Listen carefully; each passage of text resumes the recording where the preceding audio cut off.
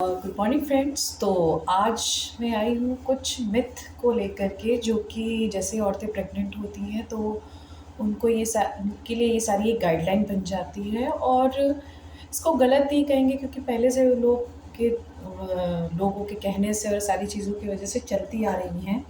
लेकिन जो मुझे ऐसा लगा कि मिथ है वो मैं आप लोगों से थोड़ा शेयर कर रही हूँ। ज़्यादा नहीं, 4-5 मिथ मैंने एक लिस्ट किया है। पहला तो ये गाइडलाइन होती है कि जैसे कोई प्रेग्नेंट होता है तो औरतों को कहा जाता है कि अब तुम्हें एक नहीं 2 लोगों के लिए खाना खाना है। तो ये कम्प्लीटली गलत है। प्रेग्नेंट औरतों, और ये मेरे को लगता है हर औरत ने अपनी प्रेगनेंसी में सुना होगा ये इस चीज़ को कि अब तुम्हें एक का नहीं 2 लोगों को खाना है।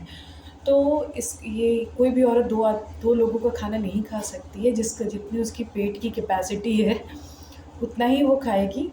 लेकिन हाँ, आपके खाने में एक बैलेंस डाइट होना चाहिए और कम से कम 300 से 400 तक की कैलोरीज़ ऐड ऑन होनी चाहिए। उसके अलावा आप लोगों को 2 लोगों की खाने की ज़रूरत नहीं है। मुझे लगता है कि अगर आप खाना अपना इंक्रीज़ करते हैं, वैसे भी देखिए अगर ये मिथ नहीं भी होता है, तो आजकल की मॉम जो होती हैं वो सुपर एक्टिव होती हैं। उन्हें अपना बेटा एक्टिव चाहिए, तो वो क्या करती है, अपना एक लिस्ट बना लेती है खाने को लेकर के कि मुझे इस समय ये खाना है। मतलब आज तक उन्होंने अपनी वो स्किन केयर नहीं किया होता है, हेल्थ केयर नहीं किया होता है, बट जैसे बेबी पेट में आता है तो वो एक प्लान बना लेती है कि मुझे इस समय ये खाना है, मुझे ये खाना। कई चीज़ें वो इंटरेस्ट से खाती हैं क्योंकि हार्मोन्स बॉडी में चेंज होता है, और कई चीज़ें फ़ोर्सफुली भी खाती हैं। तो मुझे नहीं लगता है कि इस समय आपको फ़ोर्सफुली कुछ भी खाने की ज़रूरत है।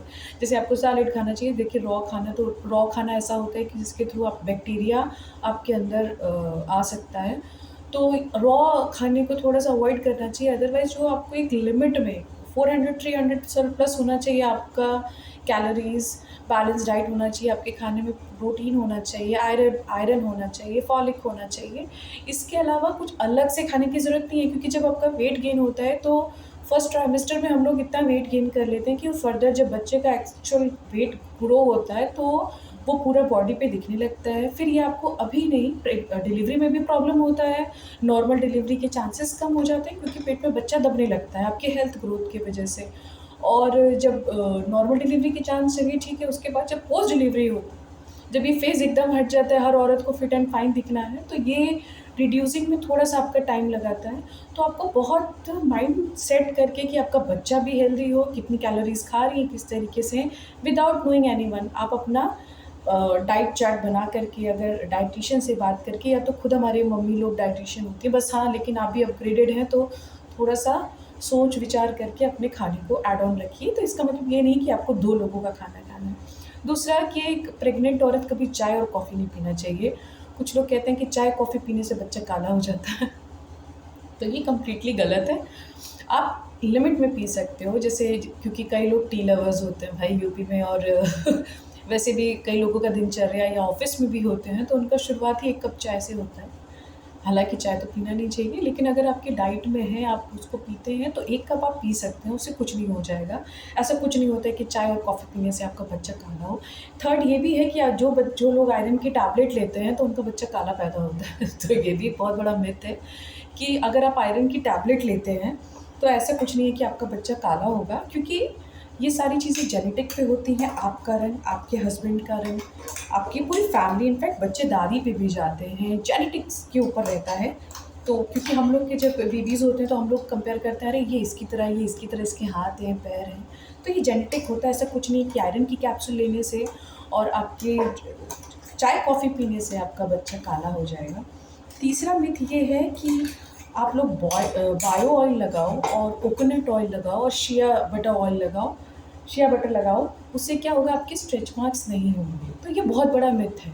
क्या होता है, ये बायो ऑयल और कोकोनट ऑयल है, शिया बटर, ये सब आपके बेली को हाइड्रेट करने के लिए बोला जाता है, ताकि वो स्ट्रेच जो करेगी। देखिए हर इंसान का बॉडी अलग-अलग है। तो मान लीजिए कि मेरा बॉडी अलग है, आपका बॉडी अलग है, तो वो जिस तरीके से स्ट्रेच करेगी उस हिसाब से आपकी हाइड्रेशन रहे बॉडी में। वो रूखापन ना रहे, सूखा, हमारे को खुजली होती है या विंटर्स में हम लोग क्या करते हैं, अपनी बॉडी को हाइड्रेटेड रखते हैं। उसी तरीके से आपके वो एक बॉडी को स्ट्रेच होता है तो उसके लिए वो एक मॉइस्चराइज़र की तरह काम करता है। लेकिन ये बहुत बड़ा मिथ है कि अगर कोकोनट ऑयल लगाओगे तो स्ट्रेच मार्क्स नहीं होंगे। ये आपके वेट गेन पे डिपेंड करता है, ये आपके बॉडी शेप पे डिपेंड करता है, ये आपके बॉडी पैटर्न पे डिपेंड करता है कि किस तरीके आपका बॉडी पैटर्न है। और कहीं न कहीं आपको ये बहुत यूनिक लगे तो स्ट्रेच मार्क्स भी आपकी जेनेटिक पे डिपेंड करता है। अगर आपकी मॉम को है तो कहीं न कहीं होगा। ये कहते हैं ना कि माँ बच्चों का लिंक कभी टूटता नहीं है। तो ये इस तरीके से पॉसिबल है। तो ये बहुत बड़ा मिथ है कि आपका ये सारी चीज़ें लगाने से स्ट्रेच मार्क नहीं होंगे। वो स्ट्रेच मार्क आते ही आते हैं, किसी को कम, किसी को ज़्यादा, क्योंकि ज़ाहिर-सी बात है जो हमारी बॉडी है उससे थोड़ी-सी बढ़ेगी। जो लोग जिम जाते हैं उनके यहाँ-यहाँ पे स्ट्रेच मार्क्स हो जाते हैं, तो ये तो बहुत बड़ा, आप एक बहुत बड़ा काम करने जा रहे हो, बेबी को ग्रोथ देने जा रहे हो, तो ये बहुत नॉर्मल है।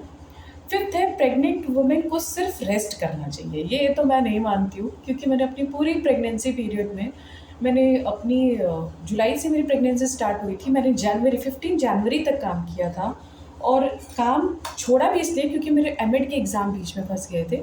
अदरवाइज़ मेरा बस चलता तो मेरे को लगता है मैं 9 मंथ तक काम करूँगी। लेकिन मैंने साढ़े 7 या 8 महीने तक काम किया, और ऐसा नहीं कि घर से काम किया या लैपटॉप पे। मैं स्कूल में काम करती हूँ और मैं डेली 100 किलोमीटर अप डाउन करती थी। तो ये कहना कि देखिए, आपकी प्रेगनेंसी आपके हाथ में होती है, कितनी सेफ लें और कितना कॉन्फिडेंट है। डराने वाले बहुत लोग हैं, क्योंकि आपकी हेल्थ को लेकर के हर इंसान, कोई ये नहीं कहेगा कि आप ये करो, आप यहाँ चले जाओ। हर इंसान आपको कहीं न कहीं, भाई कोई रिस्क नहीं लेता है, सपोर्ट ही करेगा कि ये नहीं कर सकते हो, ये नहीं करना चाहिए।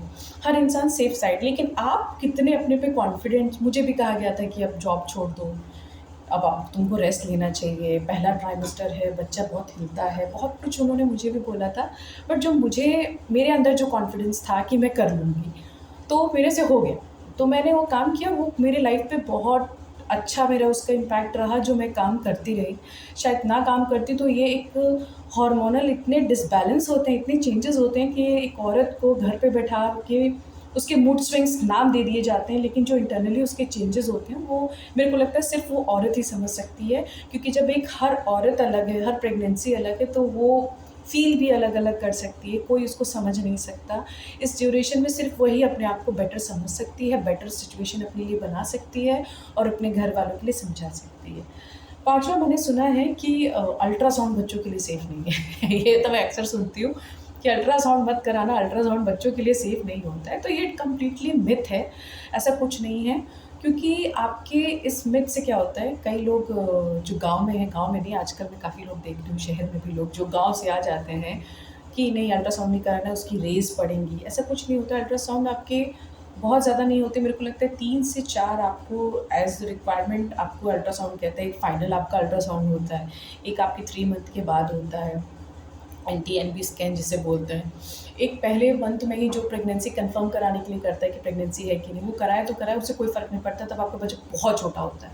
और एक 4th-5th में टीफा टाइप होता है, तो उसमें भी आपका बेटर होता है। ऐसा कुछ नहीं है कि आपको इंजेक्ट करके कुछ होता है या ऐसा कुछ है, बट बहुत सेफ़ होता है। तो मुझे लगता है ये सारी चीज़ें आपको प्रिस्क्रिप्शंस डॉक्टर से लेना चाहिए। लोगों को कहने के ऊपर कोई भी अल्ट्रासाउंड स्किप नहीं करना चाहिए। तो बेसिकली मेरे जो 5-6 मिथ थे, पहला 2 लोगों का खाना नहीं खाना है, बैलेंस्ड न्यूट्रिशन रखना है और मोटा नहीं होना है। मोटा होंगे तो नॉर्मल डिलीवरी कैसे करेंगे और फिट कैसे होंगे।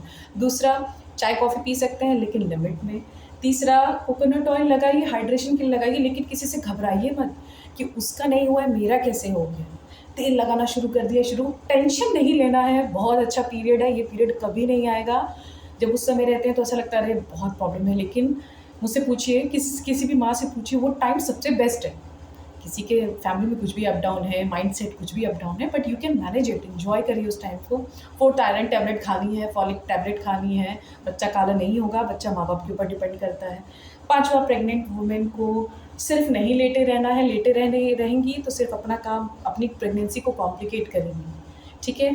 घूमते रहिए। ऐसा नहीं कहा जा रहा है कि देखिए, काफ़ी औरतें सोचती हैं कि हम लोग घर का काम करें, नॉर्मल डिलीवरी करनी है या फिट रहना है घर का, ज़रूरी नहीं है। आपको जिस चीज़ में आपका मन लगता है वो काम करिए। आप वॉक के लिए अपना टाइम निकालिए, आप अपने घर से बात करने का एक टाइम निकालिए और अपने माइंड को थोड़ा-सा चेंज करिए, थोड़ा-सा हेल्दी वगैरह रखिए।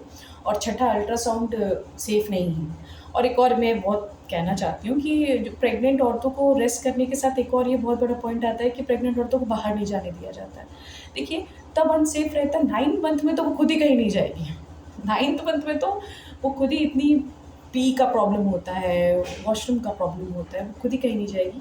लेकिन उससे पहले आप उसे घुमा सकते हैं, उसका माइंडसेट चेंज कर सकते हैं, उसको इतना वेलकम फ़ील करा सकते हैं, उसको इतना स्पेशल फ़ील करा सकते हैं कि वो पूरी जर्नी बहुत आराम से निकालेगी और ये इसके लिए मेमोरेबल होगा। तो ये फादर से भी रिक्वेस्ट है, ये मदर से भी रिक्वेस्ट है, फैमिली वालों से भी रिक्वेस्ट है, जो लोग मेरे वीडियो देख रहे हैं, कि आपके घर में भी अगर प्रेग्नेंट वुमेन है तो उनको बहुत स्पेशल फ़ील कराइए, क्योंकि ये टाइम वो ज़िंदगी भर नहीं भूलती। क्योंकि ये सबसे कहते हैं ना कि बर्थ देना, दूसरा बच्चा पैदा कर, दूसरा जीवन होता है एक तरीके से। तो ये एक्चुअली है, मेरा नॉर्मल डिलीवरी है, मेरे को तो एक्चुअल फ़ील हो गया था भैया मेरा दूसरा जन्म हुआ है, और पहले जन्म में क्या हुआ वो सब याद है। तो बेसिकली क्या करिए, आप लोग के घर में अगर ऐसी कोई औरतें हैं तो बहुत स्पेशल फ़ील कराइए, बहुत प्यार करिए, बहुत प्यार से रखिए। 1-2 गलतियाँ होती है तो माफ़ कर दीजिए, सब अपनी बेटी को कर देती हैं, बेटी कर रही है तो माफ़ कर दो, बहू करती है, सब आजकल तो सब एक साथ ही रहते हैं। और हेल्दी प्रेगनेंसी करवाइए। All the best, bye bye.